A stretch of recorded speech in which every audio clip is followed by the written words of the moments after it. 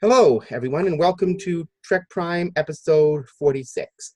And today we're going to be talking about parallel Earths and Earth's colonies, Star Trek's about exploring the human condition in a space age format, right? So what better to do than explore the ideas of humanity in a space context? Now, I don't know if you noticed this, but did you notice that TOS in particular really explored the idea of a parallel Earth an awful lot? Yeah, they did use it a lot. Yeah, I mean, not a whole lot, but more than. And another thing I wanted to mention as a side thing, and we're going to refer to this in different ways. I don't know if you remember this, but there was a little story arc kind of subtly intertwined in TOS that was discussed sometimes about an alien race called the Preservers. Remember that?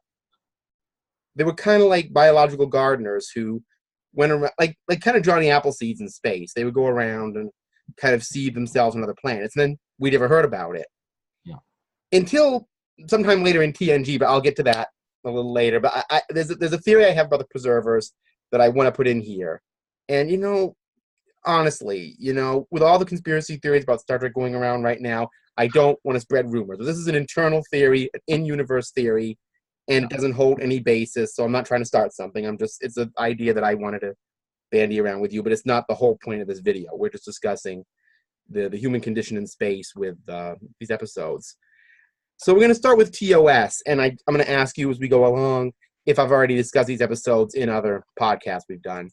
The first one is Miri. They encounter a parallel Earth where in their 1950s, they try to extend life and kill themselves, but the children would only catch the disease during puberty. Did we discuss that in another podcast? It seems kind of like we did. Well, we did like a thing where we did, I think, some montages of episodes and stuff like that. Yeah, we were talking about our favorite TOS stuff. Yeah. But what we're doing here is we're talking about what you said, a specific thing, a story that went. Yeah, so I guess we can kind of mention it. And wasn't that the first parallel Earth they actually encountered? I think it was, yeah. If I remember how that's. And of course, they said it in the 60s in that world, so they could reuse sets that were contemporarily available. But, and of course, it had Kim Darby in it. And I believe two of William Shatner's daughters, didn't it? Yes, yeah. Two of the onlys. Yeah, it's little girls, yeah. One of the brunette ones standing in the background, if I remember, and the one he picks up. Yeah. So, yeah, and they were the onlys. And they were just basically, would you call them kind of feral children? Well, yeah, because they, well, I imagine they had parents, obviously. Who had died. Kids live long. They live a long, long time. And these kids are like 200 or 300 years old, yeah. Yeah. So they probably, like any memories they might have had of parents, they probably were lost and, they don't think of it anymore. So in a way, they kind of turn feral if they weren't that way in the beginning. So, they had to defend for themselves. I mean, that's pretty bad. So, like I said, it was almost like a community of feral cats, only it was human. Yeah. And, in a way, I kind of, and Star Trek always has this metaphor.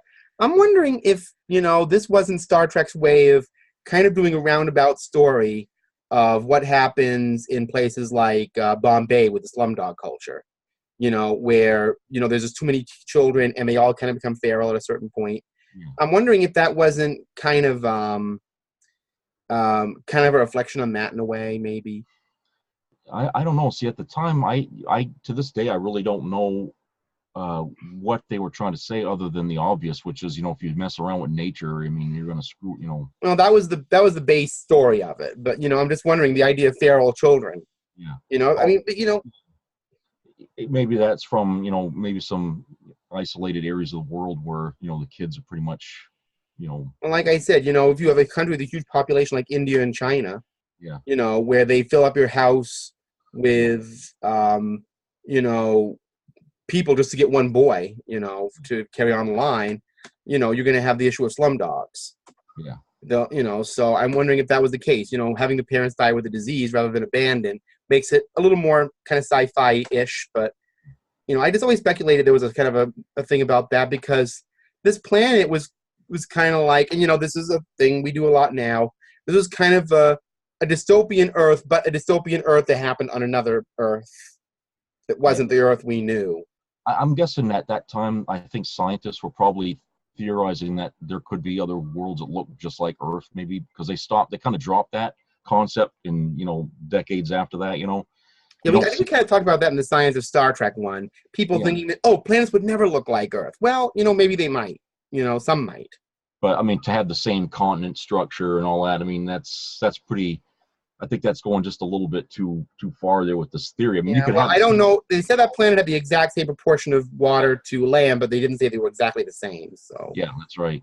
But I think back then, maybe in the 60s, maybe scientists did think that the possibility could be out there that, you know, other worlds would look just like Earth. You know? And I think that was the preservers' idea that, you know, and about the preservers, you think there was a writer's device to explain why there were so many human-like cultures? Yeah. Yeah, because all the aliens that we see are got 2 arms, 2 legs, you know, essentially. And they just, it seems like only the heads were different. You know, it's like, you know, they got lumpy heads or they don't have any. You know, and of course, whenever I hear somebody talk today about, you know, oh, everybody in Star Trek seems to be another human being. That was kind of a flaw. Well, it's a necessary evil, you could say, because of budget and because of just we're human and human actors have to play these roles. And if you basically had aliens that weren't humanoid, they'd have to be, in those days, Muppets. And we all saw how that worked out in one particular US episode. We're not going to be talking about that one, but you all know what we're talking about, right? Yeah. So there's the Horta, which was completely different. Right. Okay. Well, yes, but that was the lump. You know, I mean, there wasn't really. You know, you can't have all non-humanoids being lump in life forms that are big balls. You know, you have to. You know, they can't all be random shapes. But you know, like I said, you couldn't have just walking object jar furniture in those days. Yeah. Yeah. So you know. But like I said, it's a human condition, so it kind of makes sense that human beings meet aliens that look kind of like other human beings. Yeah. Anyway, so the thing is that that was kind of the idea of Mary about this feral child thing and this other Earth, and they helped them out. Where in which case they almost kind of lost it in a way because they got the disease and they had to cure themselves. So you know, it was kind of something at risk to them. You know, they weren't passively unaware in the story. They actually had a possible risk to their lives. And it'd be interesting if some writer kind of picked up on how that world turned out. Yeah, there's been comics and novels on it, most of which had very weird kind of subtext to it. But, you know, they just said that it was weird leaving those kids with a cure like that. But didn't they send people down there or something? Yeah, they did. Once they got the cure, they sent adults down there to try to help the kids out, and possibly later they probably brought engineers down there to try to rebuild the cities or something like that. So, you know, and colonize it. So there would be, you know, there's another Earth out there that's got humans on it. There's a theory about that episode. If they cured those kids of their disease, would they start aging like normal people, or would they just always be like that? Wasn't that experiment essentially to extend life, right? Okay. So I suppose that when they cured the disease, they had to counter that. So I guess yes, the kids would probably have to age normally after that cure was given to them, because the thing that was making them age longer was what was killing them. I think was that. Right, because when they entered puberty, depending on how close they were to it, because the whole idea was that you'd only age 1 month for every human century. That's right. So whoever those kids were, they weren't probably very far away from their ages when that happened. Yeah. That being said, they said it was about 1960 on that planet. Who knows how much older that planet is than Earth? Yeah.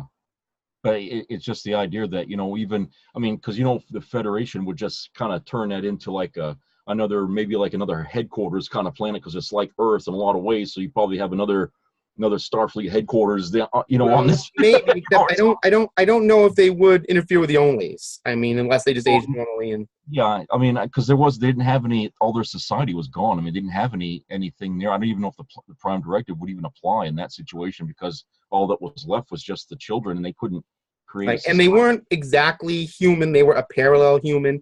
I mean, that race may not even call itself human. Yeah. Oh yeah. Yeah. They did. Yeah. It who knows?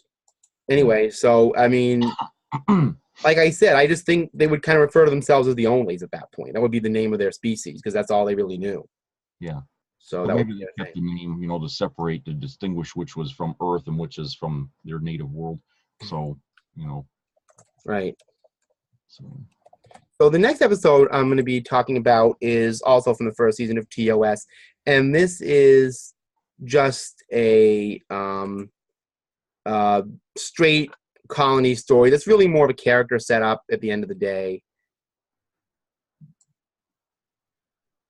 And it was set up on the planet Omicron Ceti 3. Now, of course, we're talking about this side of paradise. And this is a human agricultural colony set up on a planet that's being bombarded by something called Bertho rays. Yeah. Which are apparently worse than gamma rays because they're saying there's no chance of survival. Yeah. And this is the 23rd century, and they beam down into what looks like a very old West colony. Very. I found it interesting they were using Western type of stuff on that planet. Yeah. I'm guessing maybe there was a philosophy with these colonists that they were trying to, start off with a less technological aspect to their colony. Although we saw human colonists earlier than that, a little later, but we'll get into that at the end of this because there's a point I'm going to get to with that. But these people have these old wooden fences and these old wooden houses. They were reusers of Western sets. It seemed like at that time, TOS dealt a lot with humans wanting to cling to the past. That the technology was going too fast for them, so they were trying to, reach back, or something like that. Because Earth was obviously very technical, and I guess they felt like Earth wasn't really a home for them anymore. It's funny. I don't know if you heard about this, but Gene Roddenberry said that he couldn't really afford to show Earth at that time too much. But he envisioned Earth at that time as being filled with very ergonomic cities with lots of natural parkland around them. Yeah. So he figured Earth would be some sort of beautiful, lush utopia. Yeah. So maybe that was just how the future ended up going. Everything got kind of built around nature somehow. Yeah. I mean, we've seen Earth in the future in San Francisco, and the designs are a little different. They seem to go more with the lay of the land, I guess. Yeah. Rather than against it. Starfleet headquarters looks like the top of a rock almost. Yeah. They kind of build it more with the land. So maybe that's just the future aesthetic. Everything is built more with the land than against it. Yeah. Because, land doesn't have a lot of square shapes. We tend to build things in square shapes. So they try to preserve more, I think, of the landscape, I guess, trying to build with it, Right, and who knows how much of that stuff is reconstituted matter from rocks and stuff. So yeah. Well, yeah, with the technology, they didn't really have to. They can say, here's part of rock. It's going to be metal now. So, I suppose you wouldn't even have to cut down any trees. They just can fabricate any material they need to build these. On these colonies, I don't know if they just go there with very, like you said, very primitive materials and just try to rebuild this kind of rural paradise. But anyway, on this planet, everybody seems like they don't care about what's going on. They don't care about leaving. They don't care about the fact their livestock have all died. They don't care about the fact that the food they grow is all they need. Yeah. They're an agricultural colony, but they don't seem to want to grow any other food than what they need. And Spock encounters an old girlfriend, of course, and the reason they're all acting this way is because their body's snatched by these spores, basically. Yeah. Sort of, although it really isn't body snatching. It's more like, it seems more like a drug. Yeah, it's like, these rubber. Almost like an opiate. They shoot out confetti. Confetti. Yeah. Happy New Year! It's coming out of a rubber plant. And I don't know. Yeah, foam has a little foam on the sides. Yeah. Yeah, I just don't get it. That they didn't really get into too much detail as to how these things actually work. It's just they land on you, and then all of a sudden it's it's like some kind of chemical reaction, I guess. Yeah, it seemed like a drug. Well, although it seemed to hurt Spock, at first. Yeah. But in a few minutes, all of a sudden he couldn't care less about Kirk. He's just hanging off a tree, like, oh, tell him to go away, whatever. Yeah. And which this Layla seems to totally love because she wants Spock for herself. Yeah, yeah. And then, of course, everybody starts bringing these things to the ship for some reason, and everybody starts wanting to go down to the planet. And basically, it's almost like a cult in a way.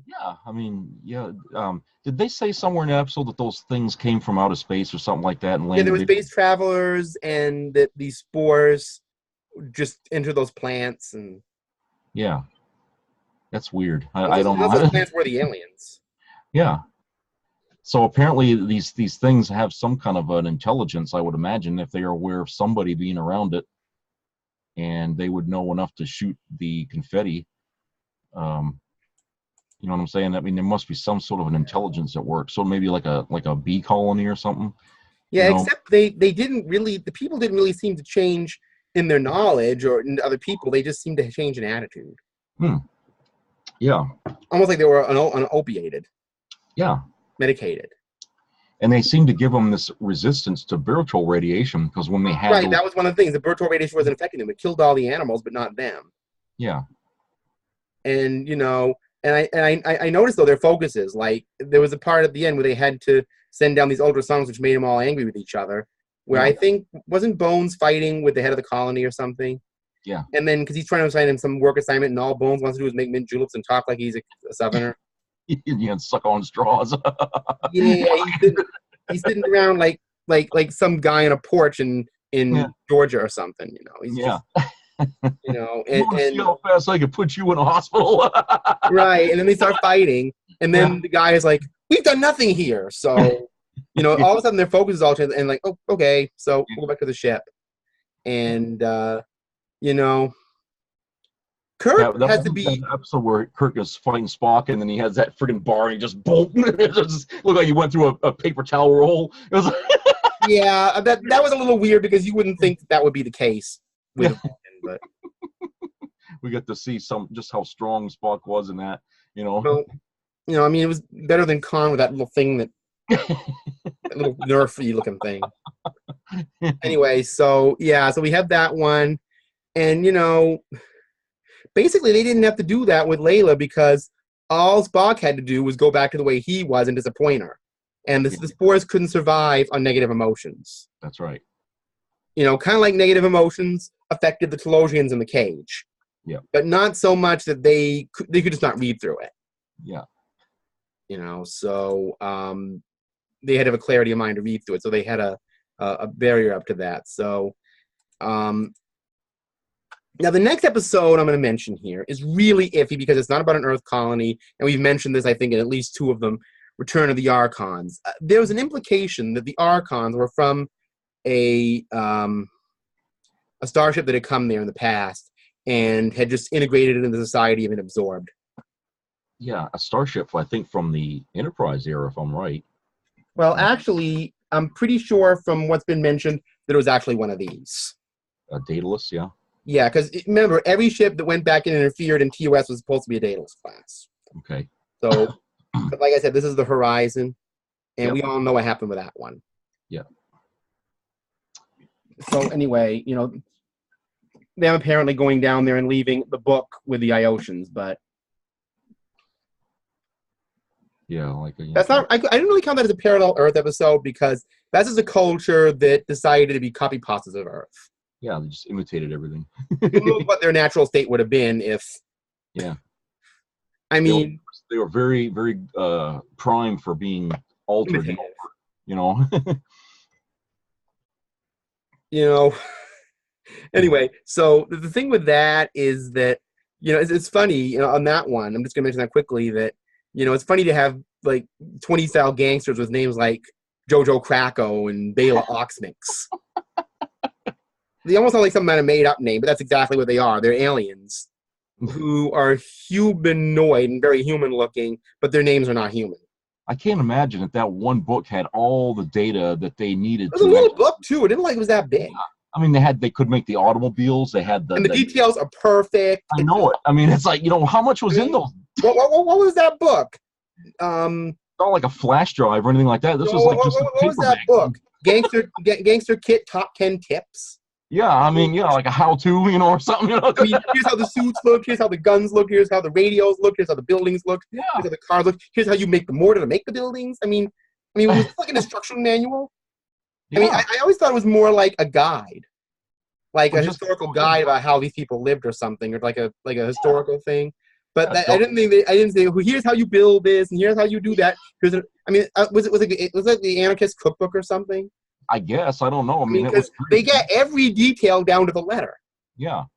You know, it wasn't like an approximation of it. They got it down to the letter. If the Federation left like some book about and just said Starfleet, like would you come back 100 years later, would you see like everything is all like they got starships and they got they know how to build everything? Well, they got the translator. They got the translator. Well, they got the translator. That means you can build starships using that. Yeah. Put that somewhere and oops, starship details, you know. Yeah, I mean, they freaking like common tech manuals, so yeah, the translator has all the tech manuals or something in there. Yeah, that was pretty stupid though to put all your tech information into one thing. So I'm hoping that's not how it worked, and that would be really detrimental to them encountering alien life forms. Yeah. But anyway, that's so Return of the Archons basically is just we didn't really see any Earth people on that planet who had been, but I gotta wonder if a lot of those people were related to humans because the Archons had come there and they were absorbed, and I don't know. Obviously, they must have. Those people must produce children somehow. Yeah. I don't think Landru had a child dispenser. You know, I can't imagine how they could. They all seem to live like they were controlled.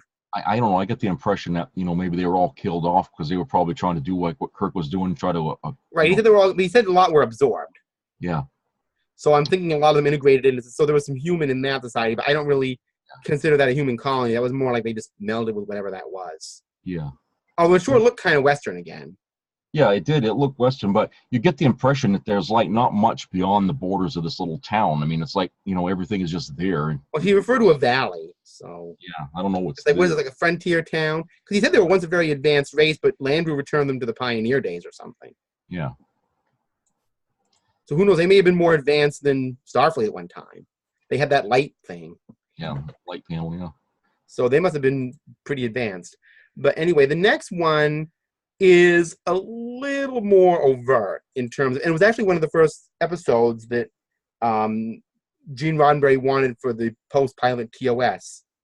Actually, the second pilot, I believe, was Omega Glory, one of the first scripts that was written for the show.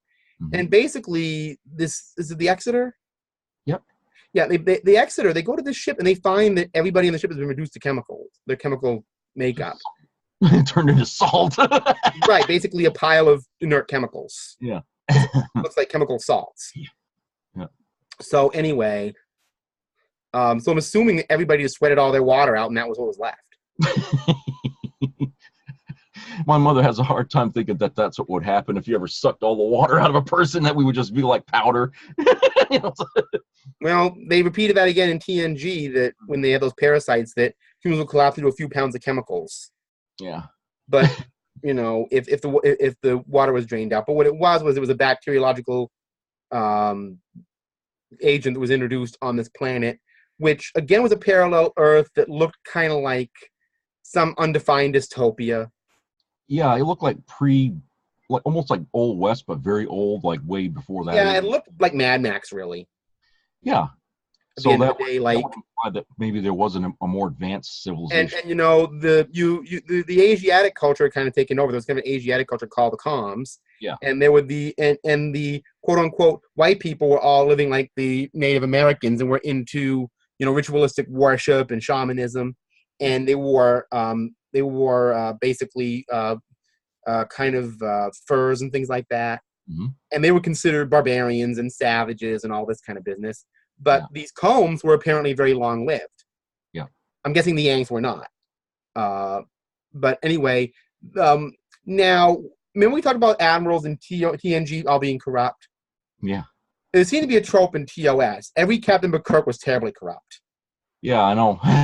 They were societies, they were crappy or whatever. There was always an issue with that. Yeah. You're going to be hearing a lot about that trope, but here's one of them. Ron Tracy is a captain of the Exeter, so he beams down, and he thinks he's found the fountain of youth, and he's willing to interfere with their society just because of his obsession. Yeah. And basically, it's like, again, Kirk, everybody in Starfleet are terrible except me. Yeah. All these captains will do bad things, but I'm the guy who's going to save the day, so. Yeah. I guess they need to clean up the Starfleet at that point. They gave this guy a Constitution class ship, yet the first time he thinks he finds the fountain of youth, he goes down there and interferes. Yeah. Makes you wonder, I guess.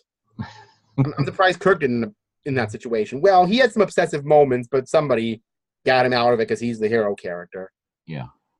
But anyway, so in this one, basically he finds out that the Yangs in the end were actually a Mad Max thing, like a post-war version of the Caucasian end of the American culture, because their flag is the American flag as we know it, and their worship words are some really inverted version of the Constitution. I mean, really inverted. Yeah. I mean, to be honest, when I first heard it, I thought they were speaking Latin. because he was saying something like "e pleb nista perfect," all these very strange words, and I said, "Is that Latin he's speaking?" And Kirk's sitting there trying to make these words out. I'm thinking, it sounds like he's speaking some sort of ritualistic pig Latin. But what it is, he's just reading these words very, very badly and mixing them all up. Yeah.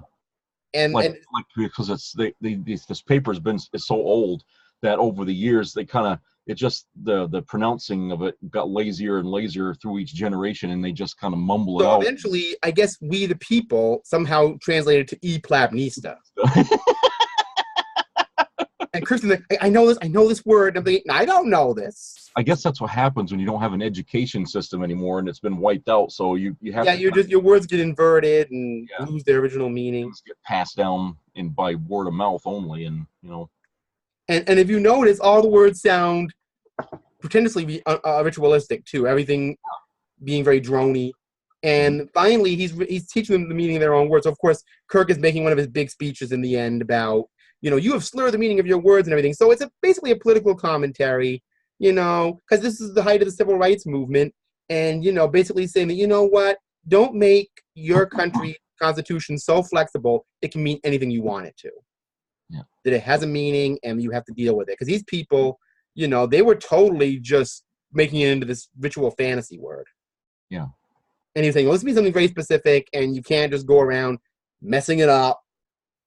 Although I'd love to know how he understood what they were saying, unless he's just really bright. Because I don't know how he got weak people out of that. Either, I had no clue when I first saw that episode. He's sitting there saying, "Oh, pretty weak dude." He's like, "Oh, and to the Republic for Justice." Where'd you get that from? That? Yeah. I just heard what sounded like slightly Latin gibberish. Yeah. Like vaguely a language, just like basically like a really mutated pidgin dialect. Yeah. Like two languages put together and not working. Yeah. Just a weird thing. So, but I'm glad Kirk figured it out, because I'm like, is he speaking some foreign language Kirk knows? Yeah, I don't know. Or is he speaking really, really pidgin English? That always astounded me that he was able to figure out what they were saying. Unless Kirk was just really good with linguistics. Yeah. Now, if Hoshi from Enterprise had been down there, I wouldn't have been surprised. Because that's kind of her main thing, is translation. Yeah. She was teaching that. So, she could probably pick certain key things and assemble them. Maybe they're just really bright in the 23rd century. I don't know. They must be really super good with everything. I'm surprised Spock had sat there and figured it out. Tracy was all obsessed with, don't you see he's the devil? He was trying to put Spock into this evil position. Yeah, he's trying to manipulate the situation. Right, and again, people in the 23rd century don't like Vulcans, apparently. So that's another thing. Yeah. But anyway, so I don't know why, but he's painting Spock. You heard all these pitchfork jokes about Spock in the first season. Yeah, yeah. I just went along with, Spock's spawn of the devil. They always were using that reference. Yeah. But I think that goes with the network thing too. That they thought he looked that way too, and that's why they wanted him off. So. Yeah. They were just kind of using that strange prejudice by people with pointed ears. They were just kind of, I guess, using that to their own advantage. So that's what that story was. And I think if you pick up on an undercurrent here, these stories have a political underpinning, most of them. The next one is an interesting parallel Earth because it's a parallel Earth with a parallel history. It's a little different. And that's bread and circuses. Yep. They go to this planet and hijack television, or as Uhura calls them, video broadcasts. And, well, I guess video is the colloquial word. Television is a colloquial word for video. So, yeah. Anyway, what happens is that they find this very strange culture that Kirk ascertains is a 21st century Rome, because they have these slaves with housing benefits and they have these cars named after Jupiter, and they have gladiatorial fights on color television. And again, it's another Starfleet captain who's inadequate compared to Kirk. Well, he wasn't really from Starfleet. He wasn't. He was a guy who flunked out, and he ended up on an insignificant ship and went down there and said, "I'm going to prove how good I am on this planet where I know they're doing wrong." Why he would have gone out there as a merchant captain? What the hell? Why he would have been anywhere near that planet in the first place? Because that's supposed to be out where no man has gone before, right? Yeah, so I'm starting to realize. I think Starfleet in the 23rd century was really disorganized. Yeah, they lose track of their ships pretty easy. Yeah, they were still kind of figuring something out, because there was a lot of ships coming back and forth. Kirk was supposed to be the only ones out there. They keep encountering all these strays. Yeah. It's like, what are you doing out here? How'd you get out here? This Captain Merrick guy, who Yeah. of course well, in the end he kind of, I guess, sort of redeems himself because well, his ship, I guess, was pretty much useless. who's that guy, that really pompous guy that he was collaborating with? Was it? Yeah, I'm trying to think of his name. Wasn't it Claudius? Yeah, I think it was Claudius. Yeah, and he's trying to play Kirk like a fiddle faddle the whole episode. Yeah. Kirk isn't having it. He's really cavalier as usual about it. You know, and here's the thing: he even hires a slave girl for Kirk. And for once, he's like, I'm not going to buy this one. I'm not going to kiss this one because I'm being used here, and you know I'm not in control. So you know whatever. So in the end, you know, Merrick kissed Merrick, whatever. He decides to, betray even these people. Ends up getting killed. And he was never any good anyway. You know, you couldn't really depend on him for anything. Yeah. You know, he betrayed his crew to begin with and have them die in the ring. Then he betrayed people that he betrayed them with. So I don't know. I kind of got between the lines that, you know, maybe he didn't want to betray him, but they kind of put him in a corner when that guy cornered him or something like that when he first got there, and he probably did what he was doing to Kirk, trying to blackmail him. You know, if you don't do this, and I'm going to kill you. Yeah, basically he was weak. Yeah, he just didn't have the fortitude to just sacrifice himself. Yeah, so he wasn't really of much use as an ally. Yeah, I mean, when the episode first started, I think Kirk kind of alluded to that, saying that, you know, you only get like a split second to make a decision or something, and he didn't pass it, and so I gave you the idea that, you know, maybe he's just not quick enough on the draw. He just wasn't that talented at being in commanding position. Yeah, he couldn't get that. When he went down there and tried to be a leader with this guy, he sunk it back too because he didn't have leadership qualities. That's right. So I think that was just the whole idea. Again, everybody thinks of their job except Kirk, basically, in that situation. So, but, you know, again, it turns out that the same thing that happened to Rome in our reality many centuries ago happened there, where Christianity's coming in, and it's kind of framed though as almost a sun worship. Yeah, Uhura somehow figures out from their transmissions that it means Christianity. Yeah, she deduced it from hearing what they were saying. The sun is the son of God they're referring to. Yeah. So I mean, but again, you know, talented linguists just explain something. So. Yeah. That is their job. So English, so I mean, it wasn't like it was that hard. All she could do is listen to their radio and their television broadcasts, and she could piece it together. So yeah, she got that pretty much set up in the right way. So that episode was just kind of like a parallel Earth where things happen later. Yeah.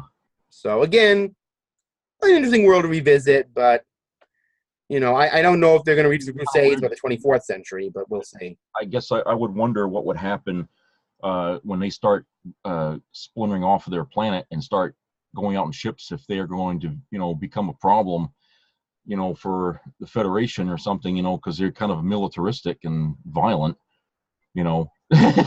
Yeah, I mean, have starships that are run by slave labor. I mean, yeah, it'd be like mirror universe ships, almost. Yeah, sort of. Although I don't know if they'd go into space until they solved a lot of their social problems. But, you know, planets develop differently, so I guess we got to hope for the best with them. So the next one is the Paradise Syndrome. Now, if you want to get into the serious preserver thing, it is made very clear this planet, and the fact that it's populated by First Nation American Indians, they were called at that time, were indeed a preserver-based thing. Mm-hmm. They mentioned it was the preservers, that there was no way to interpret it any other way. They said this was a preserver-seeded planet. Giant obelisk causes, I think it was left by the preservers, right? Yeah, it was supposed to keep this asteroid from hitting the planet all the time. I guess it was like sort of a stopgap measure. It wasn't a solution, but it was just every time that thing would get close, it would just fire off and push it back. And except, of course, you know, Kirk lost his memory from dealing with it, and all of a sudden became Kirok, I think was his name. Yeah. And he got with Miramani. She got pregnant. She got killed, and I guess he regained his memory. Yeah, well, that's for Spock's mind meld. You know, you got it back, but you know, but they had to.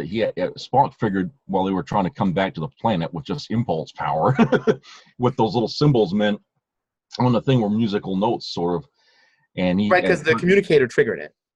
Yeah, the Kirk and this communicator, with the certain things that he was saying was hitting on those same. Yeah, what a coincidence that something said to a Starfleet communicator pertaining to a Starfleet protocol would trigger something that alien. I said something very specific to Starfleet. Almost like the preservers were in control of space-time and knew Starfleet would come at some point. And they said, oh, somebody in the 23rd century is going to say something. We're going to make this so only somebody at that time would know it. Yeah. So who are these preservers? You know, but I'll get into that in a little bit because I have a theory. But they obviously, that was just weird that there was something so germane to Starfleet that they would know. Yeah. Unless it was just a weird plot coincidence, you know. I think it was like, consonants and vowels, basically just hitting them at the right point. Yeah. So anyway, so here's the thing.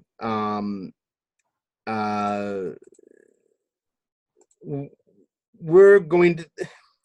This is a messy area because it's another colony thing, just a straight colony, and this is we're out of the parallel Earths now forever. We don't see any more parallel Earths in Star Trek, as far as I know. Again, after that, so the next one is "And the Children Shall Lead," and it's a colony on this planet Triacus where this entity. Now, okay, we're in season 3 of TNG, so no. Yeah, we're down that place. So season 3, yeah, that's that sweet spot where things get the kids. So yeah, so okay, there's this Belden Belli is this Gorgon, and these kids are playing games while their parents have killed themselves very terribly, and everybody's wondering why. So they go to the ship, and you find this out. But instead of being like Twilight Zone kids where they can just look at people, they have this do. So apparently they just do this. Yeah. And nobody even seems to notice how weird that is. Like, why are you doing that? Yeah. It's like, they're just doing that? So everybody just deals with it? I mean, if that had been on Deep Space Nine, Odo would have been all over that. I know it. Yeah, he just saw that. I mean, they would have noticed it. Janeway would have noticed it. Picard, everybody was just oblivious to them doing this. Yeah. And they're trying to control the ship. So they're making everybody deal with their fears, for one thing. And I do find this weird. They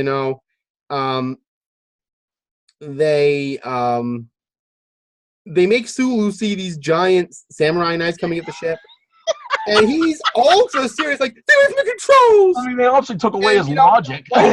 Say, I fail to see the logic, Mr. Sulu, that the 12th century Earth weapon would ever be floating randomly in the vastness of space. It goes with that thing about Abraham Lincoln flying in space. I mean, apparently... Right, again, why is it even a question? I mean, Sulu should have been like, like, there's the controls! I'm like, Sulu, you are a human being with a rational mind. You cannot tell me you would ever believe knives were coming at you. Yeah, if you see a birthday cake floating in space, that's normal. I mean, it's birthday cake floating. You expect to see anything. Anything can float in space. But I mean, I think they should put an asteroid in there, or something that was plausible for space. Yeah. An asteroid shower, an energy beam, or a Klingon ship or something. Yeah. But not knives. Samurai. So Sulu's fear is that knives are going to attack the ship. Yeah. There's swords coming from a wormhole made of swords. I mean, so he's playing. That's what he's playing in their fear. So Sulu, you have some fears that are a little outside the realm of reality. Yeah. It's like, you hear about knives coming at the ship. Yeah, really. And he's so earnest about, like, there's the controls. We're going to be destroyed. And I'm like fake knives. Yeah, I mean, everybody else's fears seem to be within reason. Well, like, I mean, Uhura, she's apparently afraid of getting old and sick, I guess.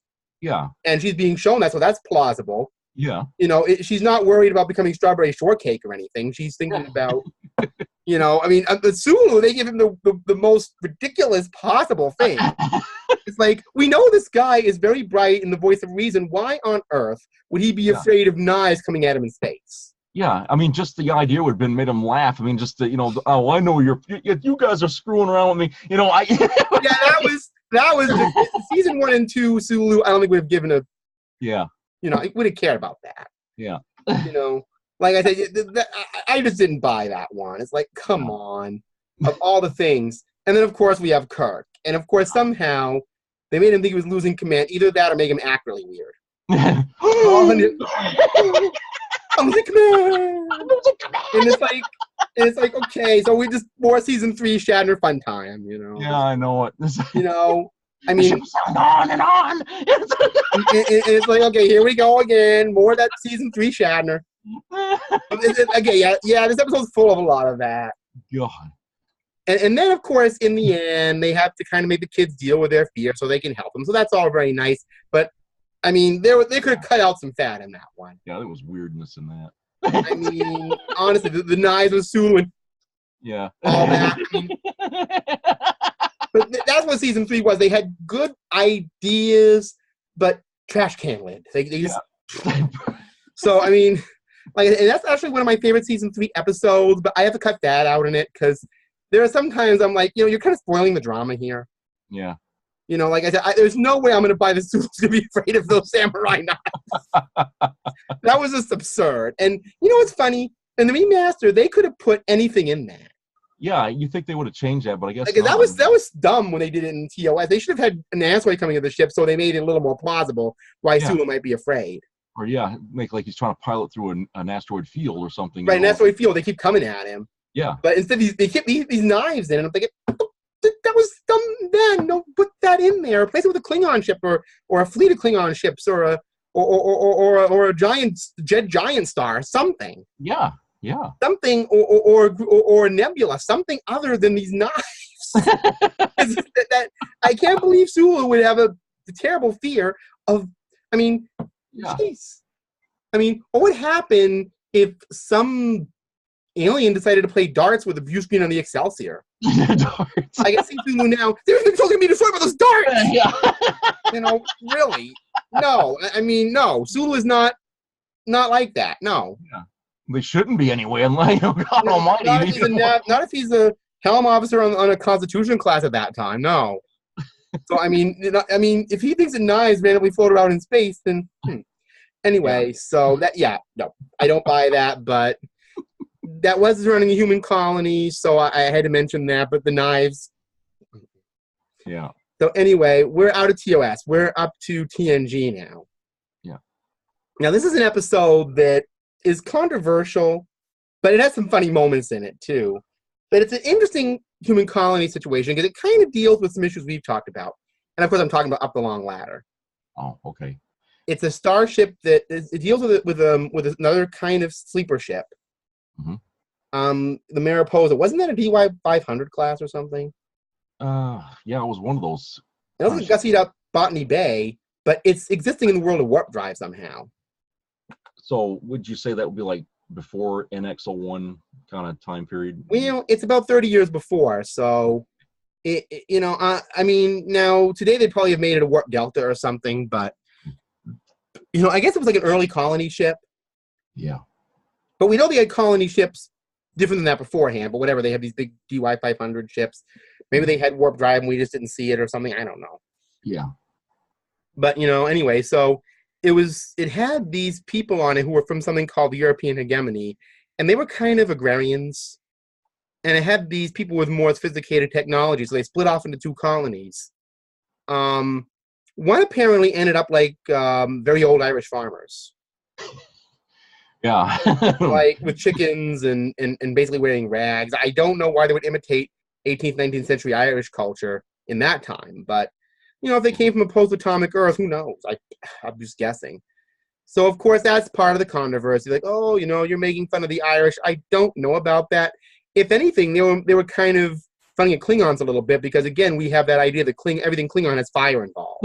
Fire wine. What is that one with the smoke coming out of it, which I always thought was fun. Because Klingons have to have things on fire and blowing up and exploding and... Or there's like a crab in there. You got to drink it and not get bit. What is it? Drink. Right. Everything is kind of nasty, or you have to battle it.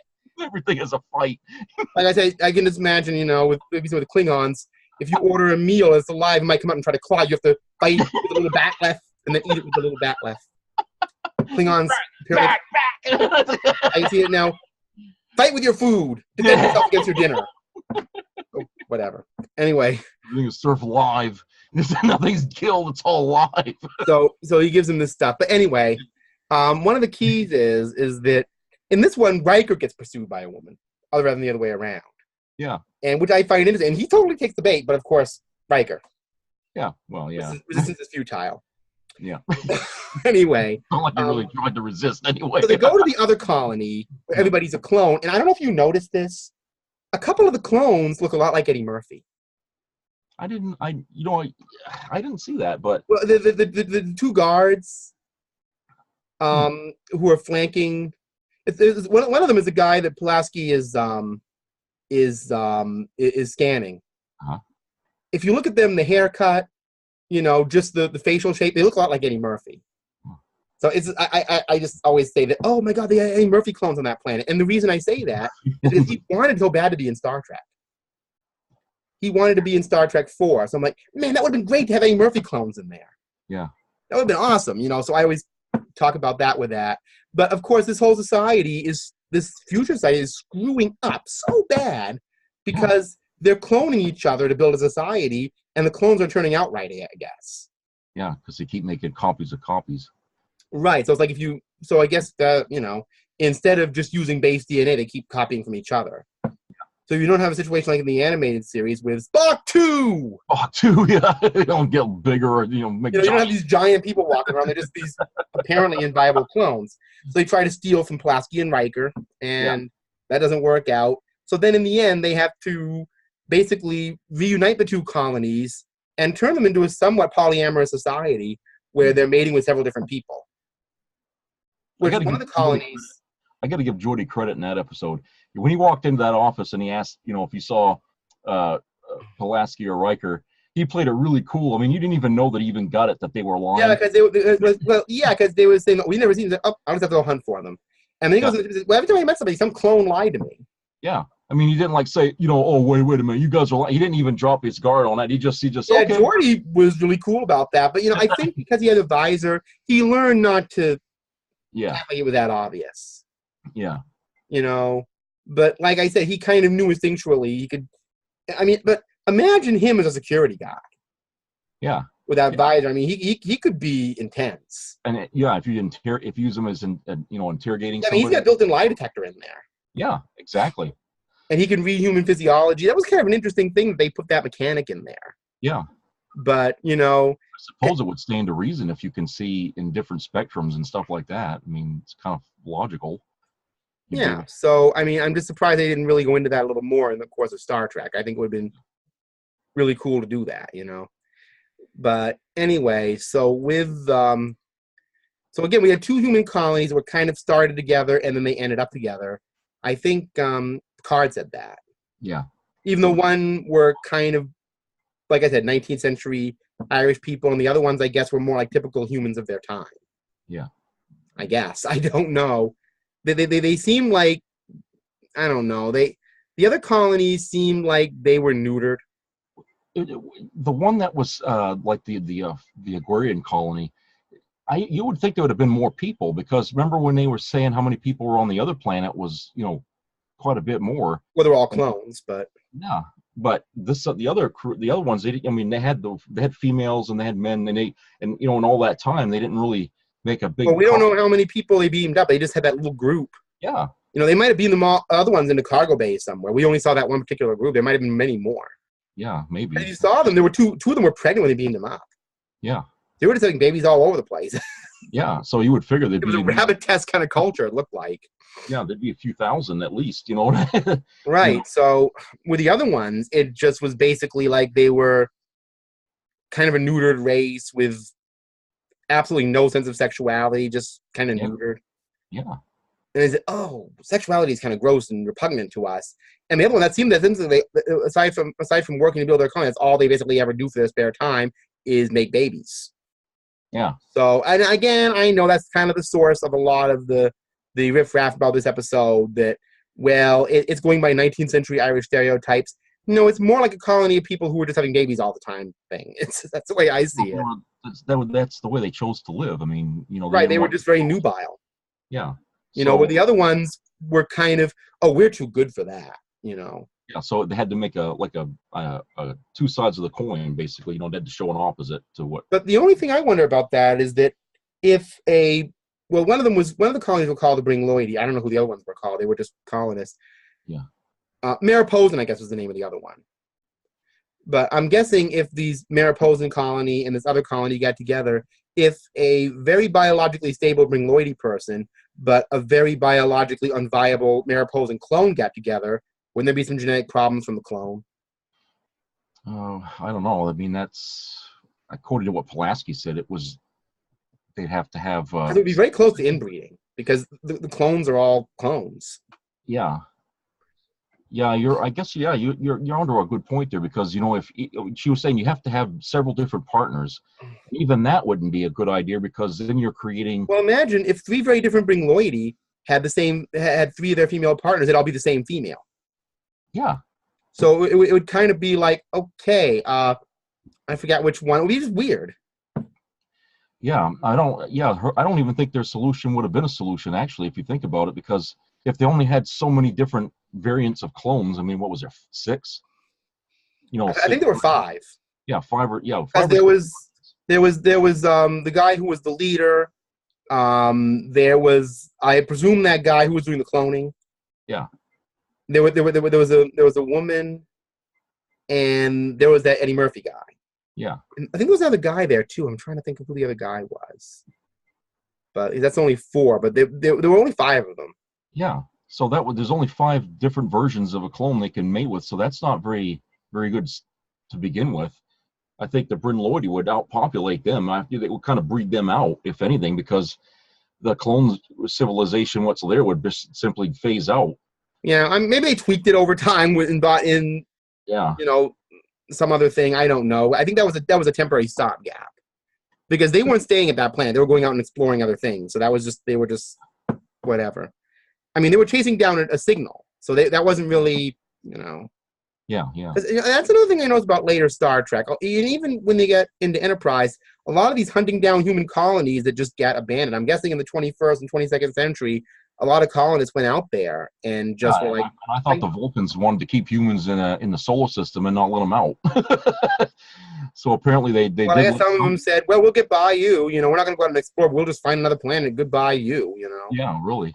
Because if you look at we'll get into the issues of human planetary colonists a little later, because there was an issue mentioned with that, and I went back and revisited it last night later. But so the next episode, I think we covered this one, is the Ensigns of Command, because there's a human colony that do not want to leave their planet because of an aqueduct. I guess this leader, this Goshevin, is making this big theatrical trope out of an aqueduct. This is blood and sweat. Okay, so you built a city, you survived there with radiation for years, and an aqueduct is the reason why you're staying. You can build an aqueduct anywhere. Yeah. I just found that preposterous. I guess maybe the point of that is that this is some of the things human beings obsess on. Yeah, they attach themselves to things. Oh, well, we built all this great technology, but this one brick we have to this one brick. My father made this brick. I'm not going to let it go. I mean, just, people obsess over the silliest little things. And even Data's like, why is they obsessing over an aqueduct for? They can replace things. Yeah. Like, you destroyed our aqueduct. How would you do that? I mean, when he pulls that water out, honestly, and Data's saying what it is, it's water. He says, this is not water. This is blood. This is sweat. Like, what is he talking about? It's an aqueduct. Yeah. So they built an aqueduct. Good for them. I mean, they must have done something else to make sure they're proof to the radiation down there. Yeah. So they didn't even show how they managed to survive the radiation, because that's why they sent Data in the first place, because he was the only person aboard the ship that could actually go down there. So again, maybe their attitude is like, this aqueduct saved us. Yeah, I mean, the whole thing is just, I don't know why that guy obsessed over that aqueduct that way. Unless that was a symbol of their survival for him. He just, idolized an aqueduct. Yeah. But, it's just, I just find it so funny that that's the whole thing of that colony. But it's basically, the episode's basically about Data learning the tactics of negotiation, although with the most irrational colony leader I've ever seen in my life. Yeah. Truly. Not so much that what he's saying doesn't have a point, but if he was talking about a city or a community, yeah, but he's talking about an aqueduct most of the time. I mean, he's got a community of people who will do anything for this guy, whose main obsession is a construct. Yeah. So, but that's how humans can be. It's like, you're not tearing this building down. Well, it's bricks, but no, it's blood and sweat. Whatever. I just found it. Maybe some people feel that way about certain things, but to me, it's like, he's kind of overdressing this. Like Data saying, these people are going to come here. They're not going to kill you. They're going to kill you. But this aqueduct. And I'm thinking, oh, you're going to die. This aqueduct. I'm like, yeah, I mean, he's sitting here. I mean, I don't know how, like, Data said. I felt like Data on that episode. It's like, how many different ways can you explain to this guy that these people are coming, and if they see you here, they're going to wipe you out? Even in the face of death, he's still going to stand on that damn trope of the aqueduct. The aqueduct. You know, you're going to wipe out your whole village just for that stupid man-made river. You know, it's like actually, you know something? I think that guy's personality could explain pretty much how a lot of the Star Trek fandom behaves the state, doesn't it? Yeah. Anyway. Yeah. So, just noticing. Sorry, people, just noticing. I see a lot of it. So, anyway, yeah, so the next one is actually about a colony that doesn't exist anymore. I mean, because it was attacked, and it's the survivors. They had a colony on Rana 4, which was annihilated by an alien race. And it's basically a story about two characters, one of whom isn't who you think they are, and the other one doesn't even exist. Yeah. Because I guess the characters were so memorable, whenever I see the late Anne Haney in something, or my mother will often say, oh, look, it's Rashawn, because we know her from the character that didn't actually exist. But anyway, so they beam down to this planet, and again, it's a weird question. The whole colony has been basically nuked. There's nothing there. The planet's been wiped of all life. Yet there's a perfect little square patch with a house in it, and they're sitting there saying that we're questioning whether you have really survived or not. What's the question?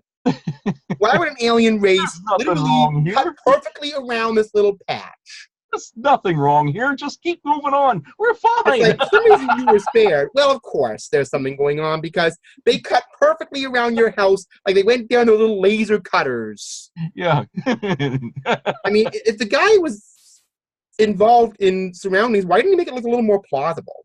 Yeah. Like maybe a fertile hill with a house on it, not this little perfect area where it's all squared off. I thought, I mean, when they show that scene, I mean, subtle as a cockroach on a white rug. I mean, right. Here's the weird thing: is you're supposed to be horrified. This planet's been destroyed. And this is a perfect little square, and I'm thinking, this is like a Salvador Dali painting. This is not really how a house would be.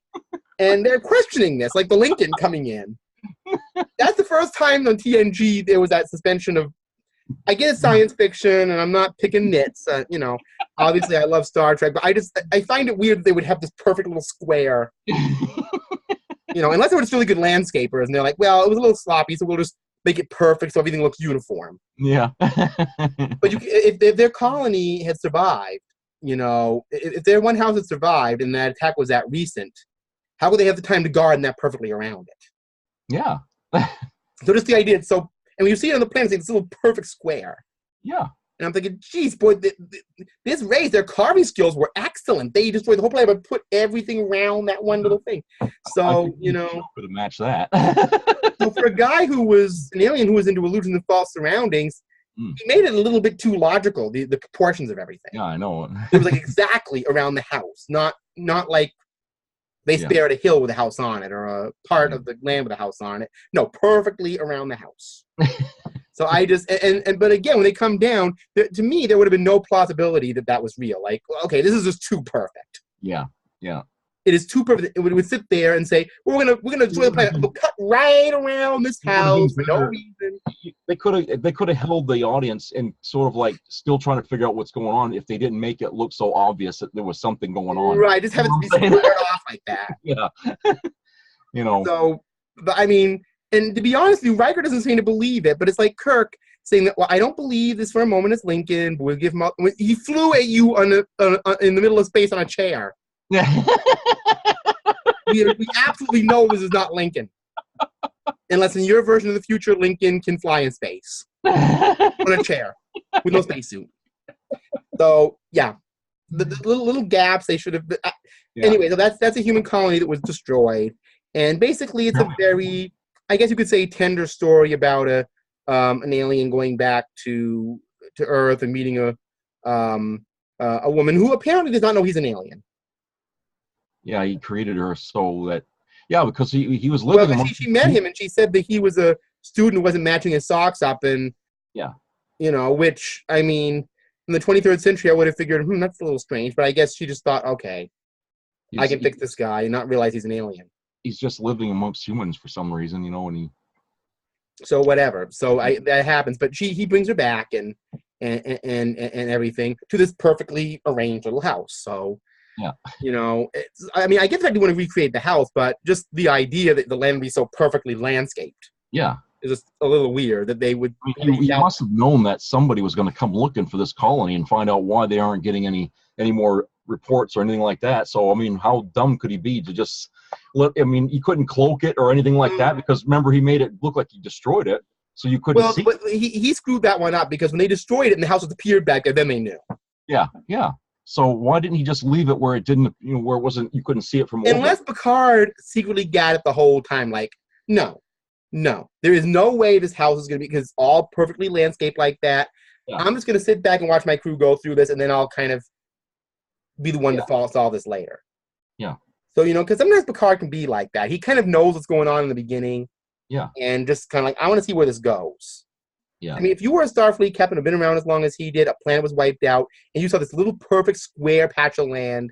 Yeah. Would you start to wonder right instantly? Oh yeah, I mean, right off the bat, it's like, this ain't right, and everything down there a little skeptical, but Picard may be like, this is definitely not real from the beginning, but I'm gonna follow this. Yeah. And when it gets destroyed and comes back, he's like, nope, I knew it wasn't real, but now we got to deal with that. So I just find it interesting that, again, Picard is the only one who seems to get it. And then that fake spaceship that kept coming back. Oh, that Olympic ship that was like 3 times the size of the D. Yeah. Yeah. I mean, the Enterprise J might have done some work on that ship, but that was like an Enterprise J style. But I mean, I think Picard knew that there was no way they could beat it, because it wasn't real. It was a creation. It kept coming back. Yeah. It was like a Kobayashi Maru test of starships. Yeah. And only when he left the option that they would leave if the ship was destroyed, that one photon torpedo destroyed it right then and there. I think he knew right then that was, his suspicions were right about the guy, was that there's a connection between the two. I mean, if this ship can pulverize the planet, how could one photon torpedo do anything to it? Yeah. I mean, and also looking like TOS rules, where a torpedo apparently has weird yields. So anyway, the next one is, again, kind of the same deal, because they're investigating a colony. Riker is on a planet, I can't remember the name of it now, but he's investigating a colony, and he's also investigating its leader, too. Yeah. And they all mostly get rescued by Riker when the crystalline entity comes, and basically destroys most of the rest of the planet. But luckily I think she's the only one ironically gets killed. And the rest of the story basically becomes a woman who's obsessed with the crystalline entity and not trusting Data comes on. But there's that issue with that colony and that. So we see in the 24th century they're still trying to colonize. Mm-hmm. I didn't mention the Edo because they weren't really talking about colonies in that. They had planted a colony, and what happened was that this entity didn't like them being there. Yeah. That really isn't about a colony. But I just figured that, in Silicon Era they had that colony, so that it really wasn't about that, though, but I'm just mentioning that. Now, here's where I wanted to ask you about the preservers, okay? The chase. There's an archaeological artifact, an old professor at Picard, Professor Galen, comes on, and the Cardassians are interested in it, the Klingons are interested in it, the Romulans are interested in it, and they end up following all these breadcrumbs, essentially, scientific breadcrumbs, to this planet where they meet this alien who looks an awful lot like a changeling. It's the same actress. So Salome Jens, I believe. Yeah, she played it. I can't remember. Yeah, same woman. Yeah. And she said that our bodies are shaped like usually we spread our DNA all over the galaxy and all related. Was that a preserver?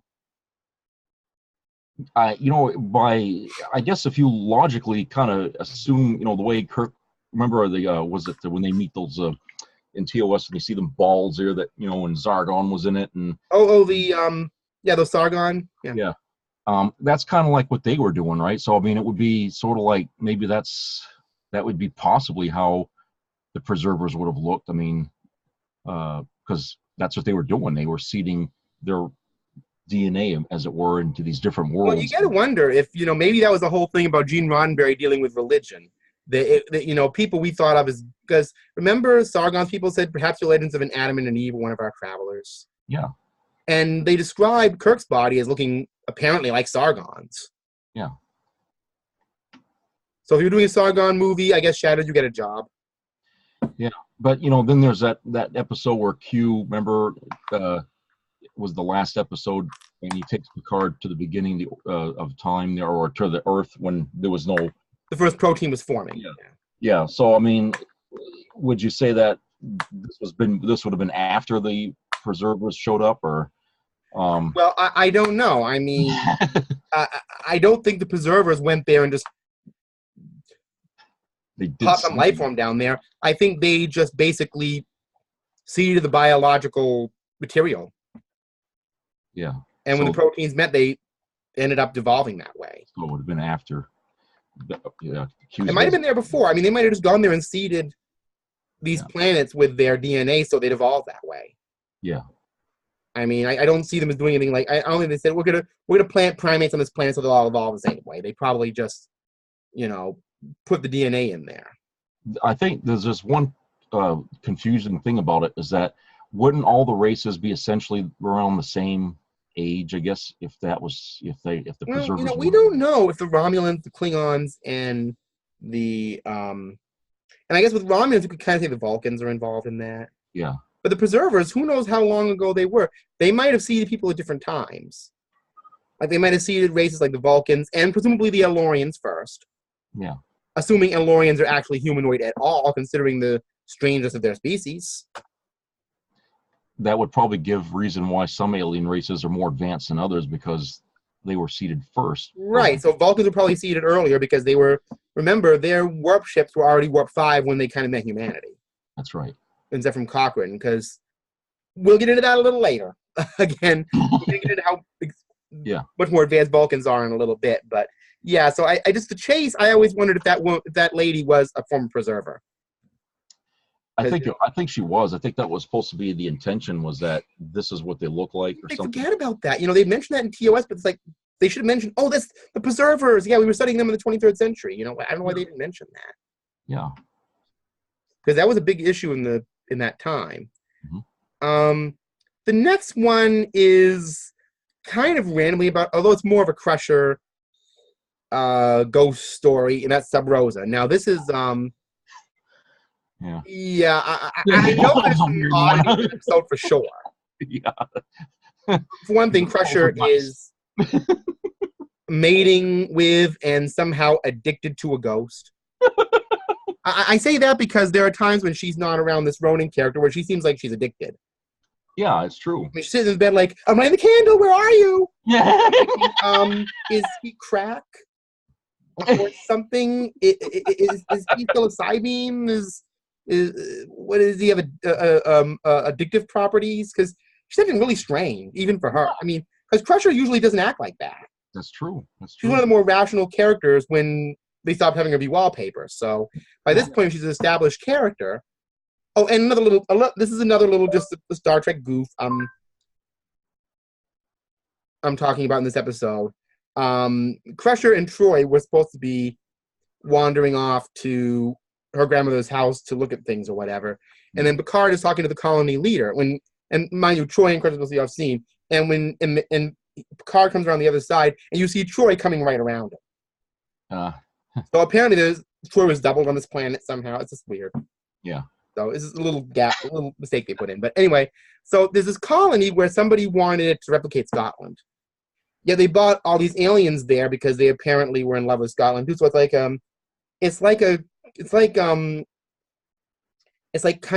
humans are trying to replicate Earth cultures and other planets and somehow. Why would they want to do that? That always kind of baffled me. Like, that was weird. Why they want to replicate Scotland? I mean, what do they have? Do they have desert colonies that resemble African cultures? Do they have Asian type colonies? I mean, are there multicultural colonies all over the segregation again? I mean, it's just, I don't think it's like Scottish only because there's an alien there. So yeah, I know, but I'm just thinking. I mean, the very concept of that. I mean, if the humans just aren't if they're not being exclusive anymore, that they guess everybody's all together, a unified Earth. I mean, I don't know. I mean, I'm sure the humans still have their cultures they like to keep. They're just not using that to discriminate. Yeah. I don't see humans all living in one uniform culture. I mean, if you look at Paris, they have Starfleet headquarters, but they didn't tear down the Eiffel Tower. So what's wrong with Scotland on Earth that they had to leave there and make another Scotland somewhere else? I don't know. I mean, there may be colonies like that all over the galaxy. They're like, there are colonies that have a more Asian feel. There are colonies that have a more Scottish feel. This happened to be, maybe the colonies are set up like Disney World, where they have like little lands. Like, this is Scottish planet. This is China planet. This is Africa planet. This is I mean, because Picard, Venezuela planet, whatever. I mean, you and I was talking about how Picard had this obsession with France, but you never French planet. You never seen a France. Maybe there is. Maybe there's a French planet we don't see. You know, I mean, maybe there's a set of colonies like this. It's a small world after all. The 24th century version. They just put these like multicultural colonies. There's only one Paris, and it can't be in any clone Paris. It has to be, Haven't they talked about? Didn't they talk about a new Paris or something, like a colony, a new Paris? Yeah, I guess. Yeah, there was. Maybe that's what these things are. Maybe they're like these are like the new Scotland, the new Paris, or the new whatever. Maybe they're kind of like we have New England. Yeah. We have we don't build it to look like England itself. I mean, we made it different. Well, we did, but who knows? Yeah. Maybe they're trying to preserve Earth culture and to make people more comfortable. I don't know. Maybe it's a way of making things more individual. And I don't know. I don't know how the geopolitics of the 24th century work, but I just find it weird they have this replica of Scotland. It's just a weird thing. Yeah, it was weird. But I guess, maybe aliens come to Earth like that guy who was the leader of that colony, that Kyle Dawson was called, and get fascinated by it. Yeah. I like to actually explore that more, how they have these multicultural colonies. Yeah. How many there are. I mean, I just like figure that maybe the Earth is overpopulated and they just can't take any more people, so they just started spreading out all over the... Well, I mean, we don't know how old the colony is either. I mean, a lot of these colonies may be set up for centuries.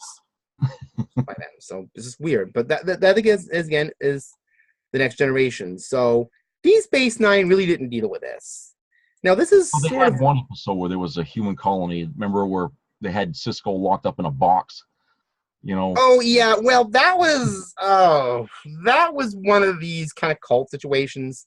Yeah, I believe that episode was called Paradise. Yeah, I think that it was a crash ship. Yeah, and this woman was trying to basically form a cult. Yeah. And she basically had everybody out there being, and that was a theme in Deep Space Nine, if you notice. They had those people on Rise trying to do that, remember? Yes, that's right. They wanted everybody to not use technology and embrace hard work. Yeah. Essentially 24th century conservatives. Yeah. Agrarian conservatives. So this woman was basically like trying to form this agricultural cult on this planet. But if you infracted from apparently a lot of her opinions about humanity, they put you in a box. Yeah.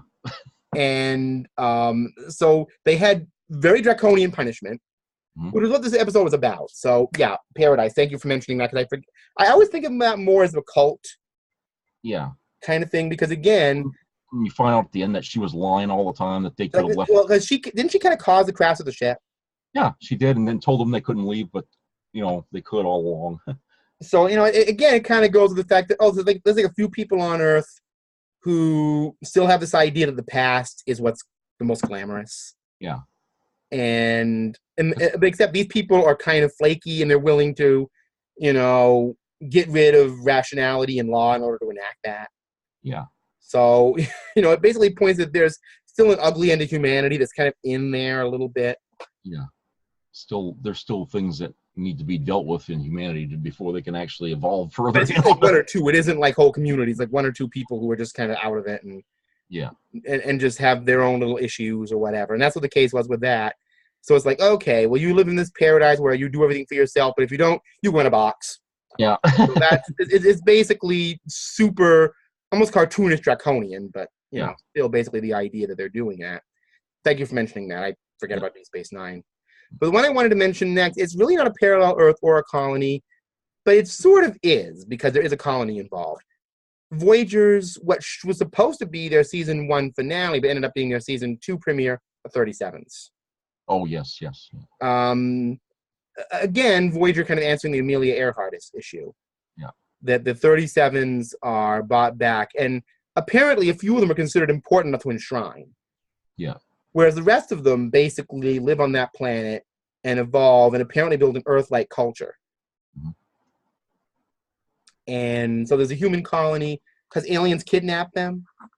Yeah, apparently they were trying to say that all the UFO things that happen in the 20th century and all that. These people were abducted and sent to this planet for some reason.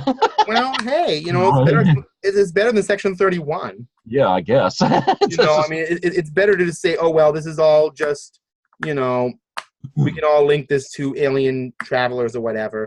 Yeah. And, you know what?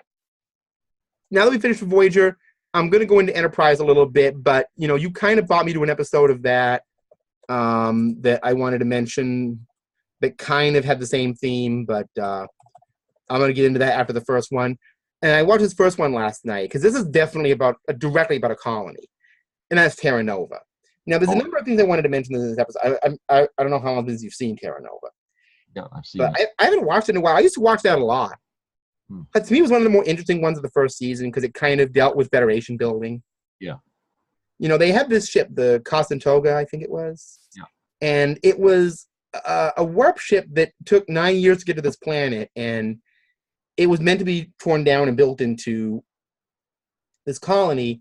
But what happened is that Earth, for some reason, wanted to bring more people there. And they didn't want that. Apparently, Earth was so crappy at that time, they wanted to leave it. They didn't want any other humans there. Yeah. So, and I can certainly understand if they're in the middle of a post-atomic war, which I'm guessing that was around that time. Yeah, maybe. Yeah, I wouldn't blame them for wanting to leave Earth, I guess, if they were, wanting to recede. Yeah. I mean, Earth was still recovering from the devastation of the war, so I guess, yeah, the minute they figured out a way to get off Earth and, do something, that's what they did. They just left. Right. So anyway, what happened is that they go down to this planet, they find the colony, they find the planet's been bombarded by radiation, and they meet these humans who were, again, kind of living like the comms were. Yeah. They've kind of become feral and well, I wouldn't say feral, but more like the Native Americans, more tribal and shamanistic, and to the point where they're actually referring to lives as shale. Yeah. Which is a very odd reference. But anyway, what happened is an asteroid crashed on their planet, and it caused radiation poisoning. So the colonists died, but the children survived in a sickly form, and I guess... So the very thing they tried to escape from actually happened to them anyway. So it's like... Yeah, I found that kind of odd that they left to escape that, and they ended up happening to them, except one of the elders is one of the children of the original colonists. Yeah. But she's blocked out a memory of it. Yeah. And, so again, what they do is they basically have to move them on to another part of their planet to restart a new life. And they're all talking about, oh, yeah, we had to learn these colonies' names. We were in school and everything. And it's weird because you think of Enterprise being the time it is. They're not that far away from Zephyr Cochrane. That's true. They're talking about this colony being 70 years before. Mm-hmm. So they're not that far away from us in a lot of ways. So,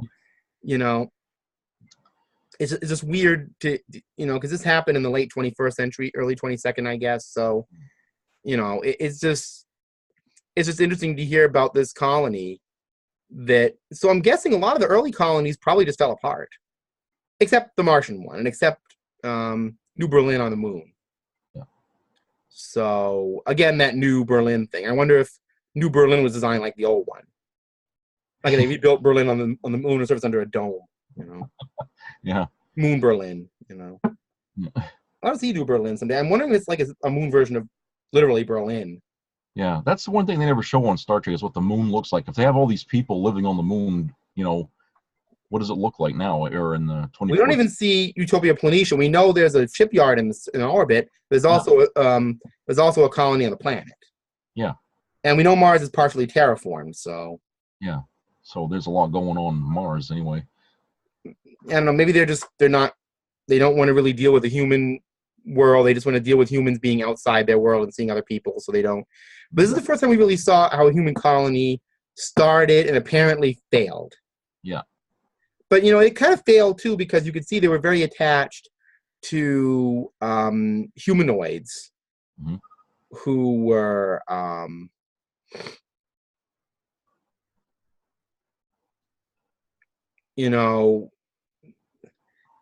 they were very attached to a part of humanity where, they would come out of war. They probably still had a lot of the old prejudices, and they didn't want Earth interfering, and it kind of just fell apart.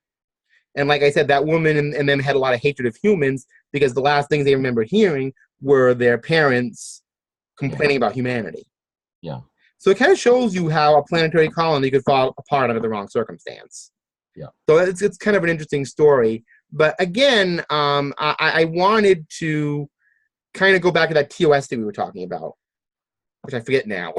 But we were mentioning something about TOS relating to this one. I said I was going to get back to it. I can't remember what it was. So yeah, I guess it's not that important, but this subject matter keeps going on and on. Well, it seemed like even in TOS, some of the colonies there that they were running into had issues that. It was just something I referenced in TOS I wanted to get back to in this Terra Nova one, but I can't recall what it was. But anyway, obviously that was pre-TOS, but, So anyway, the next Enterprise one, and I forget to mention this because I know what this, you were just talking about the 37s. Mm-hmm. And that situation. Oh, Deep Space Nine. It was the that one about the kind of draconian colony. Let me think of this one. Later in Enterprise, North Star. I don't know if you remember that. Yeah. It seemed to me like Next Generation, TOS, and Enterprise had to have the Western episodes. Yeah. Yeah, it seemed like it. Voyager bypassed that because they were in the Delta Quadrant, but they had Spectre of the Gun in the original. They had the holodeck Western thing, and then in Enterprise they had North Star. So on this planet where it's like the old West, I thought, oh, is this time travel again? This was during this indie season. Yeah. And it isn't. They're on this planet where they're meeting these humanoids. They don't know why they're down there. Yeah. And they're going on about, oh, are you a human or are you a skag? And what's a skag? It turns out these were, I guess, humans that were kidnapped by a race called the Skagaran, who were bringing them there as slave labor, but they rebelled. Yeah. As you figured a cowboy would. Same thing where the UFOs were abducting people and taking them all over the galaxy there and planting them there. So I guess, an alien ship, UFO would be a UFO. Yeah. To us, So yeah. So again, there was that attitude trying to explain UFO scientifically. Yeah. Rather than framing it in our own selfishness, which I often hear people do. YouTube is full of it. Yeah. YouTubers are a diversion. The conspiracy theory, X-Files, Section 31, all of that. Yeah. But anyway, I bring Section 31 because that's a direct Star Trek thing. Yeah. But yeah, so again, it's basically, one of those things where Archer and his crew have to go in there and kind of try to unite this race. And I find it interesting in Enterprise. For a pre-TOS series, they kind of made Archer out to be the guy like, I'm the guy who came up with the whole idea for the Prime Directive. You notice how hard he tries not to interfere with things? Yeah, I mean... But it's weird. They should be interfering a lot more than they do. They do sometimes. They should be doing a lot more. Interfered more than he ever did. Kirk actually did more against... the Prime Directive than Archer. The crew of that ship, the Horizon, went down Diosha and screwed the whole thing up. Left books there, gave them who knows what. I mean, why wasn't Archer going down there saying, okay, you need this, here's some technology, here, you can have it, boom, boom, boom. Why aren't they living like that? There was an episode on Enterprise where they left some, I think it was a communicator or a phaser behind, and they had to go and get it. But in that episode on TOS, when Bones left his communicator, it's like, they'll just figure out. Right, because, in Enterprise, you'll hear Archer say, someday there's going to be this law, we don't interfere. And it's like, so you're picking on a story about the one guy who comes up with the Prime Directive. Yeah. Why don't we do a story about people who don't care about any of that? Why don't we do a story about people who go to planets and just shamelessly interfere and give technology away? Well, there was Dear Doctor in season 1 where he went down there and basically committed genocide in a species so another could live. See, the problem with that was they brought T'Pol. And T'Pol was like, no, you can't do it. She was always kind of... No, T'Pol was kind of like the stage mother. She was kind of like, saying, we don't do this, we don't do that. We're supposed to be more moral. So she ended up kind of being... She kind of stopped that. What? She kind of stopped that, where if she wasn't there, we could have seen human learning the hard way what their actions actually... Right, because that's what happened in North Star. Again, I remember T'Pol kind of being, do, kind of being the PSA in the story. Yeah. Which is fine. It's better than her doing something like a tree bark. But anyway, I'm just saying. But I'm just saying this. So you have a Vulcan on there only to be the reminder that this is supposed to be Star Trek. Yeah.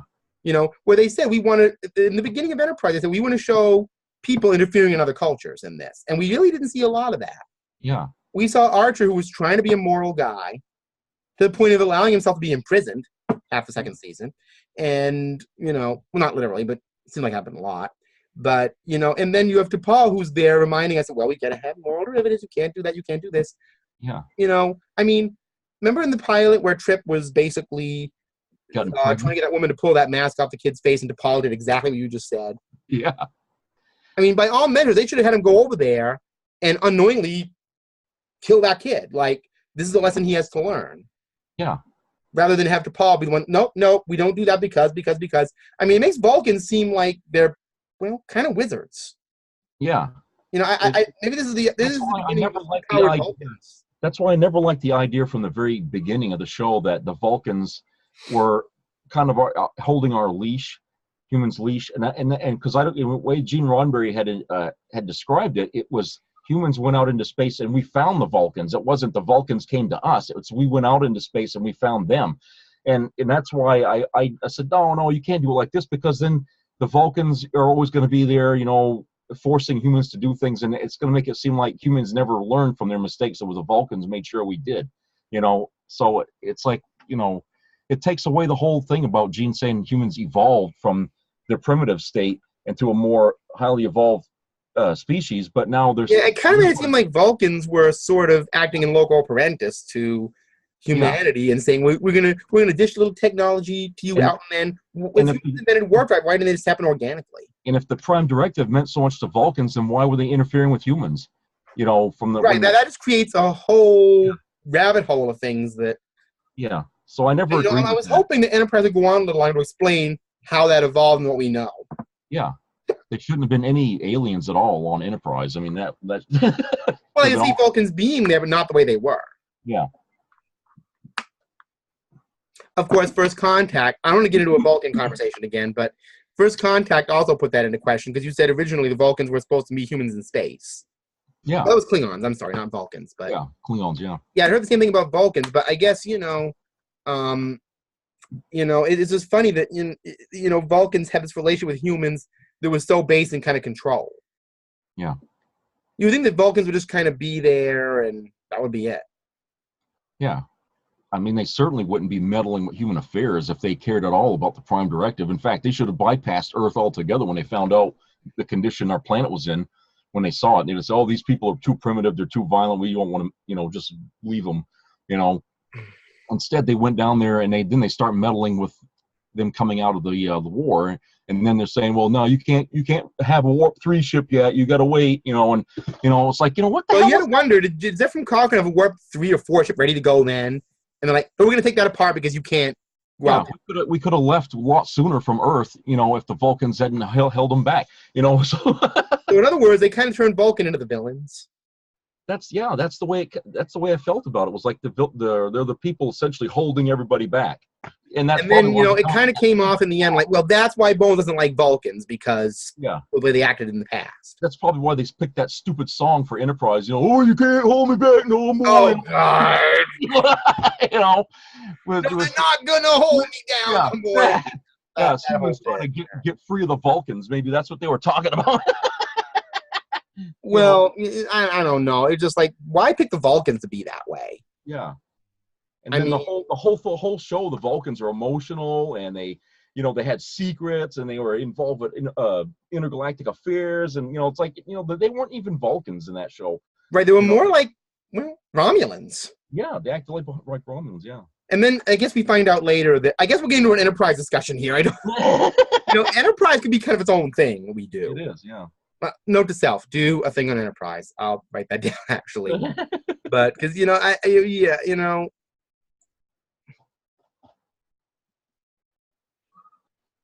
it's just weird that they did all that with the Vulcans, and like I said, the very first episode when they were just laying out how they were holding human back, it's like, oh, come on, this isn't the way that's supposed to play out. I mean, humans were supposed to evolve on their own after the World War III, and and then they contradicted themselves when they were sending colonists out. It's like, well, if the Vulcans are holding humans back, why would they allow anybody to leave the solar system? If they aren't ready yet to see what's out there, So, I mean, it just didn't make any sense to me.